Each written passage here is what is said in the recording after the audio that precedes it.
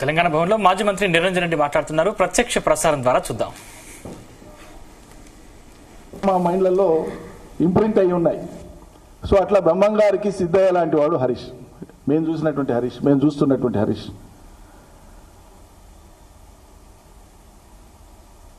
ఒక్కోసారి జెండా తయారైనప్పటి నుంచి బేగం బజార్ పోయి రంగులు తీసుకొని, ఏ రంగురంగుల బట్టలు తీసుకొని వచ్చి ఏ రంగు అయితే బాగుంటుంది బేగం బజార్కు ఉరికిపోయి తీసుకొచ్చినోడు ఆయన్నే.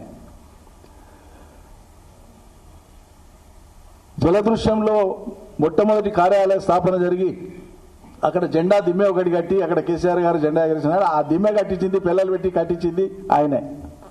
ఇక అక్కడి నుంచి మొదలు పెడితే 25 ఏళ్ల ప్రస్థానం ఇవాళకి. ఒక కార్యకర్తగా, ఒక నాయకుడిగా, ఒక అన్యాయుడిగా, మంత్రిగా, మళ్ళీ ఈరోజు శాసనసభలో ప్రతిపక్ష ఎమ్మెల్యేగా, ఓ క్రమశిక్షణ కలిగినటువంటి ఒక పార్టీ వర్కర్గా అందరికీ అందుబాటులో ఉంటూ పనిచేస్తూ వస్తున్నాడు. అందుకే నేను చాలా వేదికలలో నేను చెప్పేవాడిని, మేము కలిసి పనిచేసిన వాళ్ళం కదా. ఇరిగేషన్ మంత్రిగా మా జిల్లాకు వచ్చినప్పుడు అనేక సందర్భాలు, ఒకసారి కాదు 2 సార్లు, ఎన్నో సందర్భాలు ఆ ప్రాజెక్టుల పనులు పూర్తి చేయడానికి, వేగిరపరచడానికి ఏమేమి చేయాలనేటువంటి ఆలోచనలు చేసే క్రమంలో చాలా విషయాలు కూర్చొని మాట్లాడుకునే వాళ్ళం, పంచుకునేటువంటి వాళ్ళం. మొదటి నుంచి ఎక్కడైనా కార్యక్రమాలు పోతే ఉప ఎన్నికలైన కాడ, వసతులు లేని కాడ మేము న్యూస్ పేపర్లు వేసుకొని ఫ్లోర్ మీద పడుకున్నాం. దాంట్లో హరీష్ ఉన్నాడు, నేనున్నా, జగదీష్ ఉన్నాడు, చాలామంది ఉన్నారు, ఇన్నయ్య ఉన్నాడు, విజయరామారావు ఉన్నాడు అన్నాడు, మరుసన శాసనసభ ఉన్నాడు. అబ్బా ఒక్కటి కాదు, పడ్డ పాటలు.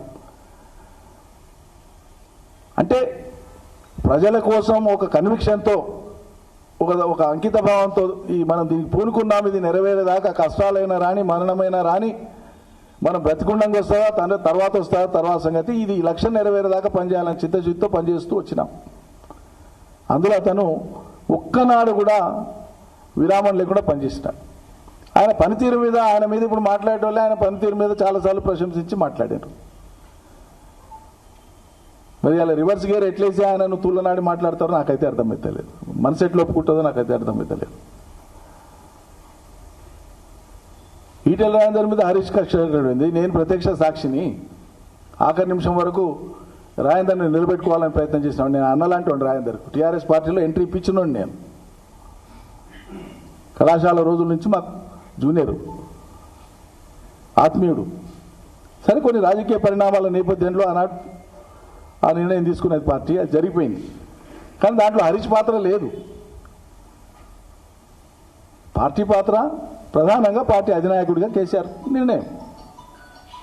దానికి అలా హరీష్కు ముడిపెట్టడం, మళ్ళీ దానికి కాంట్రడిక్టరీగా మళ్ళీ హుజురాబాద్ ఆయన గెలుపుకి ఈయన్నే కారణం అనమాట. ఇది పరస్పర విరుద్ధమైనటువంటి, ఎట్లా ఇది సారూప్యత ఉంటుంది. ఒక్కసారి ఆయన శాసనసభ్యుడయ్యే అవకాశం వస్తే, అది ఉప ఎన్నికలో 2004 సెప్టెంబర్లో వచ్చినటువంటి ఉప ఎన్నికలో ఆయన అక్కడ శాసనసభ్యుడైనాడు.